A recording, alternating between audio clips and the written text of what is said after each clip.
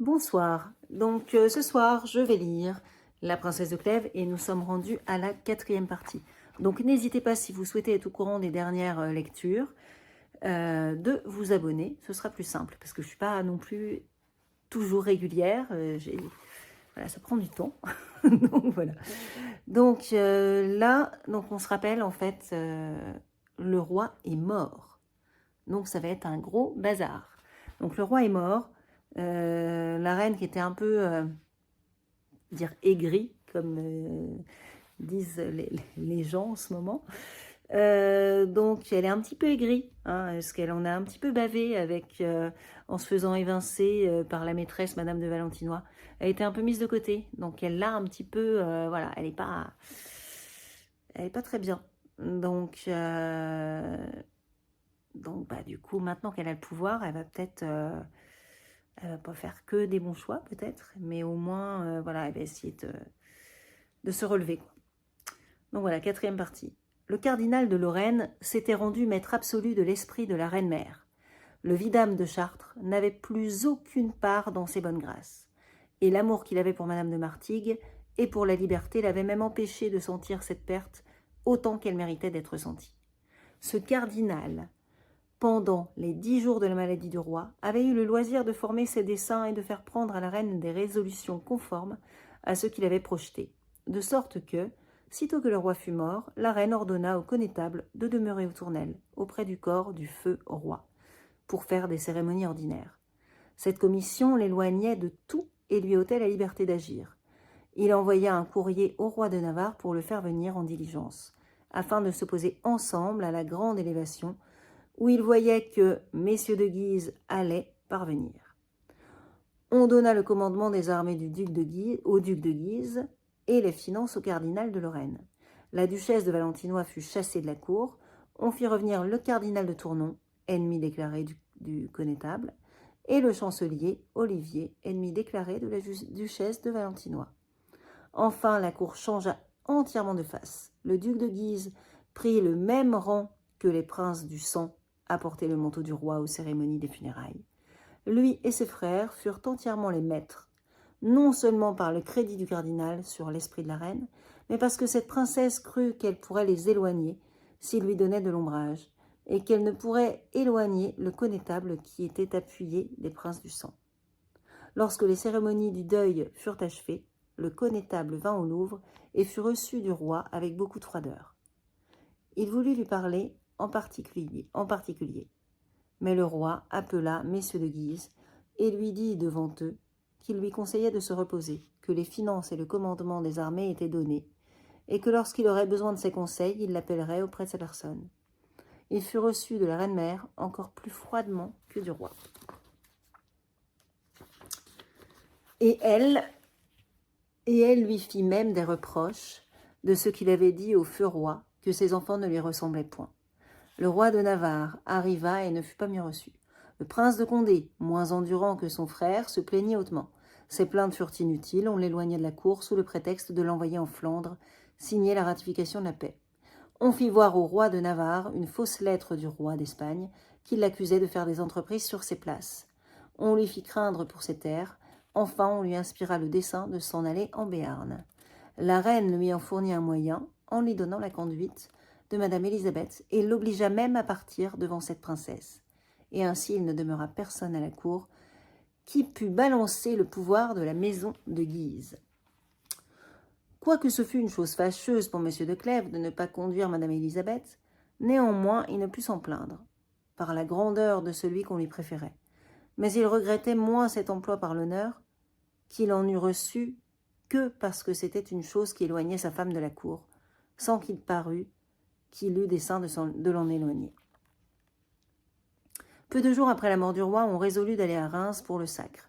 Sitôt qu'on parla de ce voyage, Madame de Clèves, qui avait toujours demeuré chez elle, feignant d'être malade, pria son mari de trouver bon qu'elle ne suivît point la cour et qu'elle s'en allât à Coulommiers prendre l'air et songer à sa santé.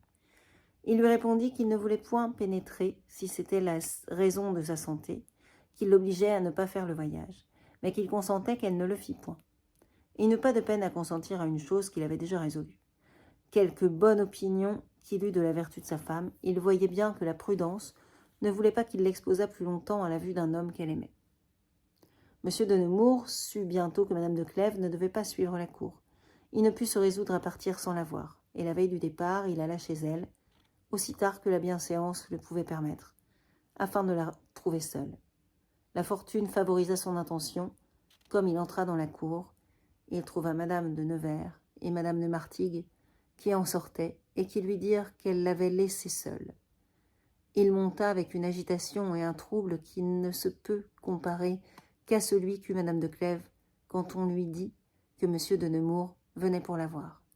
La crainte qu'elle eut qu'il ne lui parlât de sa passion, l'appréhension de lui répondre trop favorablement, l'inquiétude que cette visite pouvait donner à son mari, la peine de lui en rendre compte ou de lui cacher toutes ces choses, se présentèrent en un moment à son esprit et lui firent un si grand embarras qu'elle prit la résolution d'éviter la chose du monde qu'elle souhaitait peut-être le plus. Elle envoya une de ses femmes à M. de Nemours, qui était dans son antichambre, pour lui dire qu'elle venait de se trouver mal, et qu'elle était bien fâchée de ne pouvoir recevoir l'honneur qu'il lui voulait faire. Quelle douleur pour ce prince de ne pas voir Madame de Clèves, et de ne la pas voir parce qu'elle ne voulait pas qu'il la vît. Il s'en allait le lendemain. Il n'avait plus rien à espérer du hasard. Il ne lui avait rien dit depuis cette conversation de chez Madame la Dauphine. Et il avait lieu de croire que la faute d'avoir parlé au vidame avait détruit toutes ses espérances. Enfin, il s'en allait avec tout ce qui peut aigrir une vive douleur. Sitôt que Madame de Clèves fut un peu remise du trouble que lui avait donné la pensée de la visite de ce prince, toutes les raisons qui la lui avaient fait refuser disparurent. Elle trouva même qu'elle avait fait une faute, et si elle eût osé, ou qu'il eût encore été assez temps, elle l'aurait fait rappeler. Madame de Nevers et de Martigues, en sortant de chez elle, allèrent chez la reine Dauphine. Monsieur de Clèves y était. Cette princesse leur demanda d'où elle venait. Elles lui dirent qu'elle venait de chez Madame de Clèves, où elles avaient passé une partie de l'après-midi avec beaucoup de monde, et qu'elle n'y avait laissé que Monsieur de Nemours.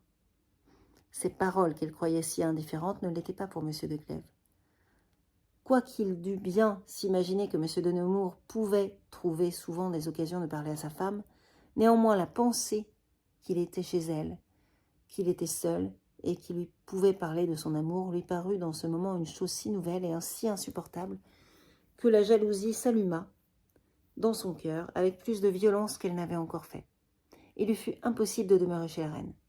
Il s'en revint, ne sachant pas même pourquoi il revenait, et s'il avait dessein d'aller interrompre M. de Nemours. Sitôt qu'il approcha de chez lui, il regarda s'il ne verrait rien, qu'il lui pût faire juger si ce prince y était encore. Il sentit du soulagement en voyant qu'il n'y était plus, et il trouva de la douceur à penser qu'il ne pouvait y avoir demeuré longtemps. Il s'imagina que ce n'était peut-être pas M. de Nemours dont il devait être jaloux. Et quoiqu'il n'en doutât point, il cherchait à en douter. Mais tant de choses l'en auraient persuadé qu'il ne demeurait pas longtemps dans cette incertitude qu'il désirait. Il alla d'abord dans la chambre de sa femme, et après lui avoir parlé quelque temps de choses indifférentes, il ne put s'empêcher de lui demander ce qu'elle avait fait et qui elle avait vu. Elle lui en rendit compte. Comme il vit qu'elle ne lui nommait point M. de Nemours, il lui demanda en tremblant. Et c'était tout ce qu'elle avait vu, afin de lui donner lieu de nommer ce prince et de n'avoir pas la douleur qu'elle lui en fit une finesse. Comme elle ne l'avait point vu, elle ne lui nomma point, et M. de Clèves, reprenant la parole avec un ton qui marquait son affliction. « Et M. de Nemours, lui dit-il, ne l'avez-vous point vu, ou l'avez-vous oublié ?»« Je ne l'ai point vu, en effet, répondit-elle. Je me trouvais mal, et j'ai envoyé une de mes femmes lui faire des excuses. »« Vous ne vous trouviez donc mal que pour lui, reprit M. de Clèves. Puisque vous avez vu tout le monde, pourquoi des distinctions pour M. de Nemours? Pourquoi ne vous est-il pas comme un autre? Pourquoi faut-il que vous craigniez sa vue? Pourquoi lui laissez-vous voir que vous la craignez? Pourquoi lui faites-vous connaître que vous vous servez du pouvoir que sa passion vous donne sur lui? Oseriez-vous refuser de le voir, si vous ne saviez bien qu'il distingue vos rigueurs de l'incivilité? Mais pourquoi faut-il que vous ayez des rigueurs pour lui? D'une personne comme vous, madame, tout est des faveurs hors l'indifférence. Je ne croyais pas, reprit madame de Clèves, quelque soupçon que vous ayez sur M. de Nemours, que vous puissiez me faire des reproches de ne l'avoir pas vu. Je vous en fais pourtant, madame, répliqua-t-il, et ils sont bien fondés. Pourquoi ne le pas voir s'il ne vous a rien dit? Mais madame, il vous a parlé. Si son silence seul vous avait témoigné sa passion, elle n'aurait pas fait en vous une si grande impression. Vous n'avez pu me dire la vérité tout entière, vous m'en avez caché la plus grande partie. Vous vous êtes repenti même du peu que vous m'avez avoué, et vous n'avez pas eu la force de continuer. Je suis plus malheureux que je ne l'ai cru, et je suis le plus malheureux de tous les hommes. Vous êtes ma femme, je vous aime comme ma maîtresse, et je vous envoie aimer un autre. Cet autre est le plus aimable de la cour, et il vous voit tous les jours. Il sait que vous l'aimez. Et j'ai pu croire, s'écria-t-il, que vous surmonteriez la passion que vous avez pour lui. Il faut que j'aie perdu la raison pour avoir cru que ce fût possible. Je ne sais, reprit tristement madame de Clèves, si vous avez eu tort de juger favorablement d'un procédé aussi extraordinaire que le mien. Mais je ne sais si je ne me suis trompée d'avoir cru que vous me feriez justice.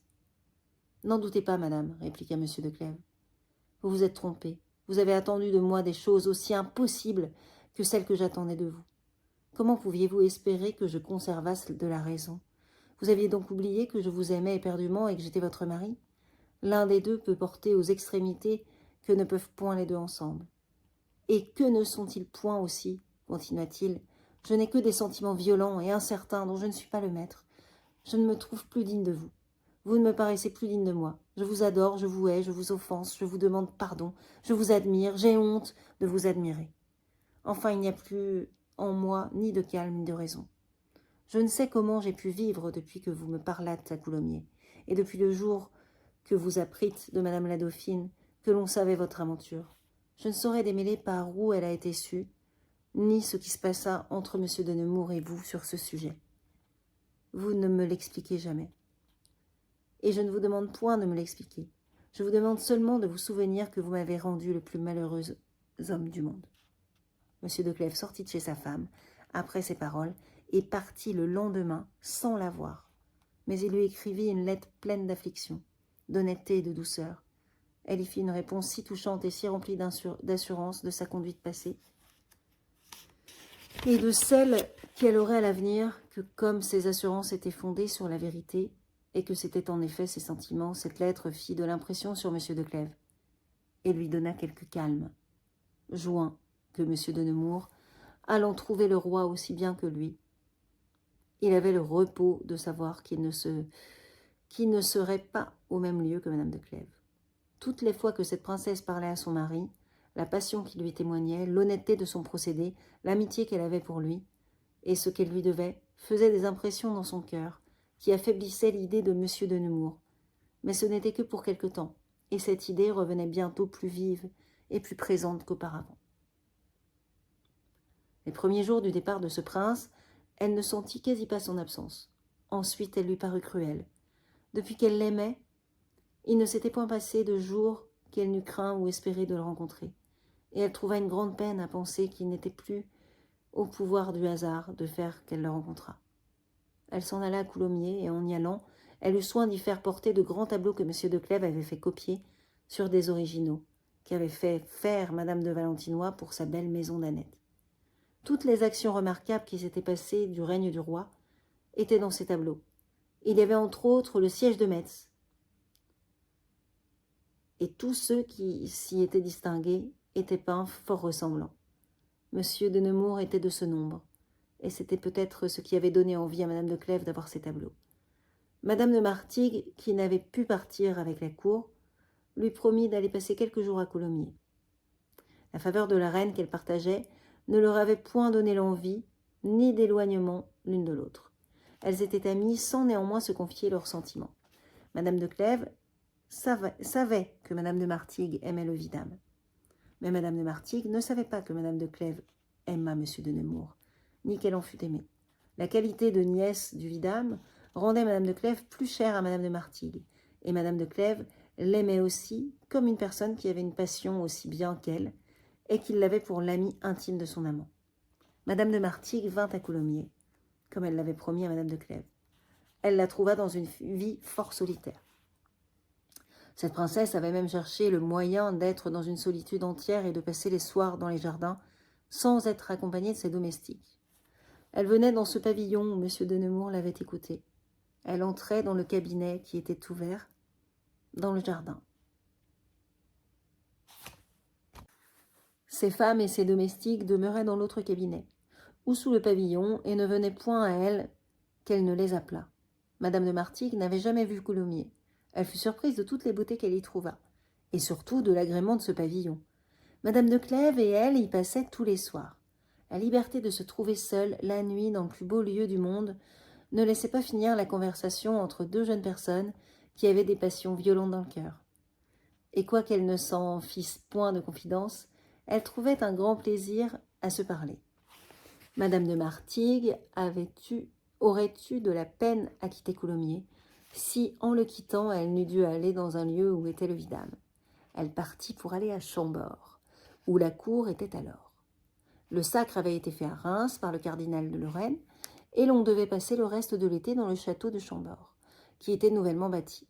La reine témoigna une grande joie de revoir Madame de Martigues, et après lui en avoir donné plusieurs marques, elle lui demanda des nouvelles de Madame de Clèves, et de ce qu'elle faisait à la campagne. Monsieur de Nemours et Monsieur de Clèves étaient alors chez cette reine. Madame de Martigues, qui avait trouvé Coulommiers admirable, en conta toutes les beautés et elle s'étendit extrêmement sur la description de ce pavillon, de la forêt et sur le plaisir qu'avait Madame de Clèves de s'y promener seule une partie de la nuit.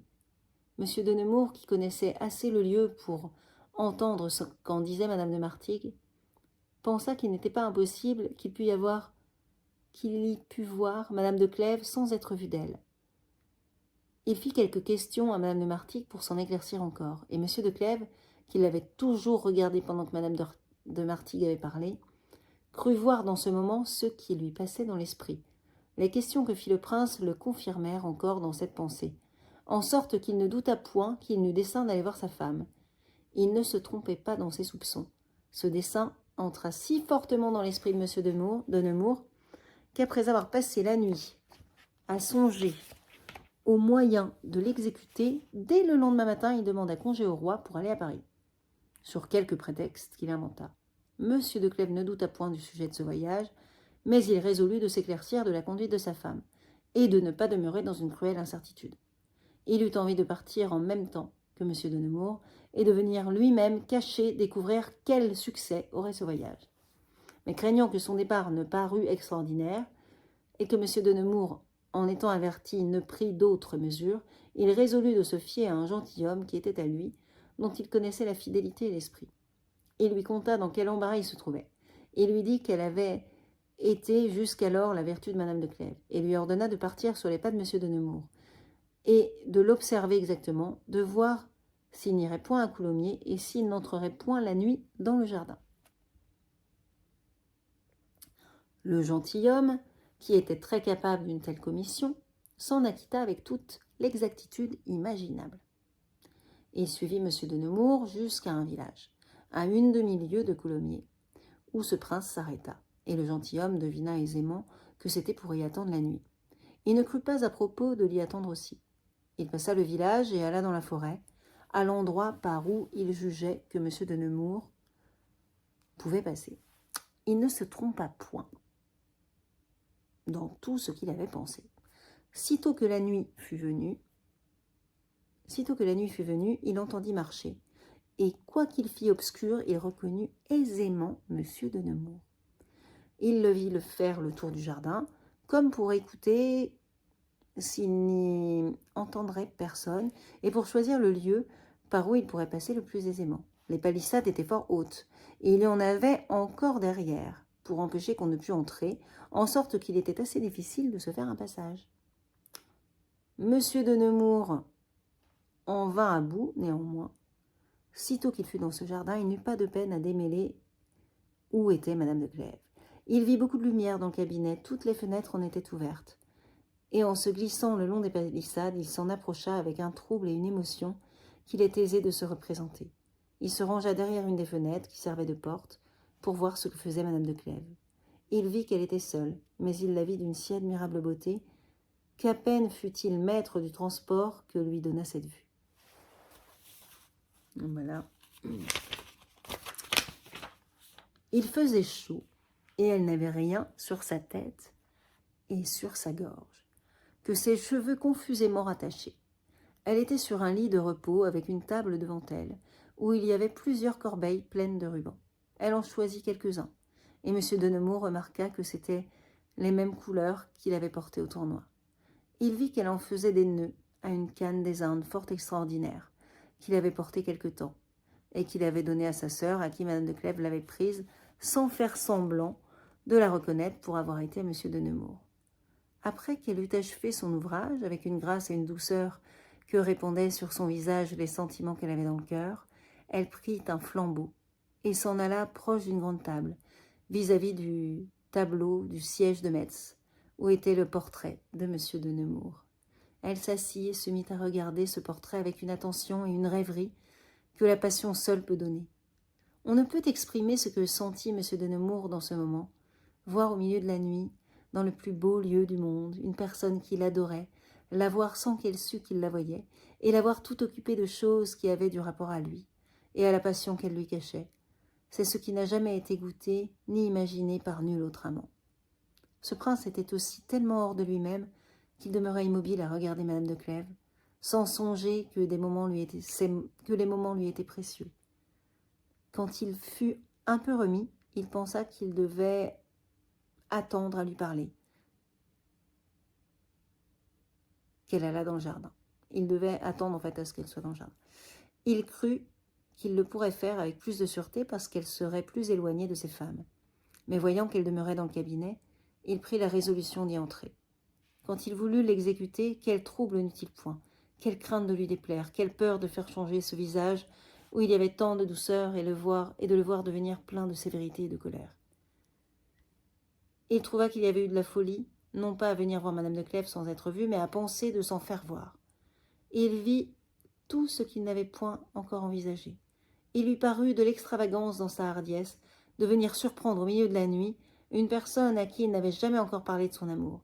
Il pensa qu'il ne devait pas prétendre qu'elle le voulût écouter, et qu'elle aurait une juste colère du péril où il l'exposait par les accidents qui pouvaient arriver. Tout son courage l'abandonna, et il fut prêt plusieurs fois à prendre la résolution de s'en retourner sans se faire voir. Poussé néanmoins par le désir de lui parler et rassuré par les espérances que lui donnait tout ce qu'il avait vu, il avança quelques pas, mais avec tant de trouble qu'une écharpe qu'il avait s'embarrassa dans la fenêtre en sorte qu'il fit du bruit. Madame de Clèves tourna la tête, et soit qu'elle eût l'esprit rempli de ce prince, ou qu'il fût dans un lieu où la lumière donnait assez pour qu'elle pût le distinguer, elle crut le reconnaître, et sans balancer ni se retourner du côté où il était, elle entra dans le lieu où étaient ses femmes. Elle y entra avec tant de trouble qu'elle fut contrainte, pour le cacher, de dire qu'elle se trouvait mal. Et elle le dit aussi pour occuper tous ces gens et pour donner le temps à M. de Nemours de se retirer. Quand elle eut fait quelques réflexions, elle pensa qu'elle était trompée et que c'est un effet de son imagination d'avoir cru voir M. de Nemours. Elle savait qu'il était à Chambord, elle ne trouvait nulle apparence qu'il eût entrepris une chose si hasardeuse. Elle eut envie, plusieurs fois, de rentrer dans le cabinet et d'aller voir dans le jardin s'il y avait quelqu'un. Peut-être souhaitait-elle, autant qu'elle le craignait, d'y trouver M. de Nemours. Mais enfin, la raison et la prudence emportèrent sur tous ses autres sentiments, et elle trouva qu'il valait mieux demeurer dans le doute où elle était que de prendre le hasard de s'en éclaircir. Elle fut longtemps à se résoudre à sortir d'un lieu dont elle pensait que ce prince était peut-être si proche, et il était quasi jour quand elle revint au château. M. de Nemours était demeuré dans le jardin tant qu'il avait vu de la lumière, et n'avait pu perdre l'espérance de revoir Madame de Clèves, quoiqu'il fût persuadé qu'elle l'avait reconnue, et qu'elle n'était sortie que pour l'éviter. Mais voyant qu'on fermait les portes, il jugea bien qu'il n'avait plus rien à espérer. Il vint reprendre son cheval, tout proche, du lieu où attendait le gentilhomme de M. de Clèves.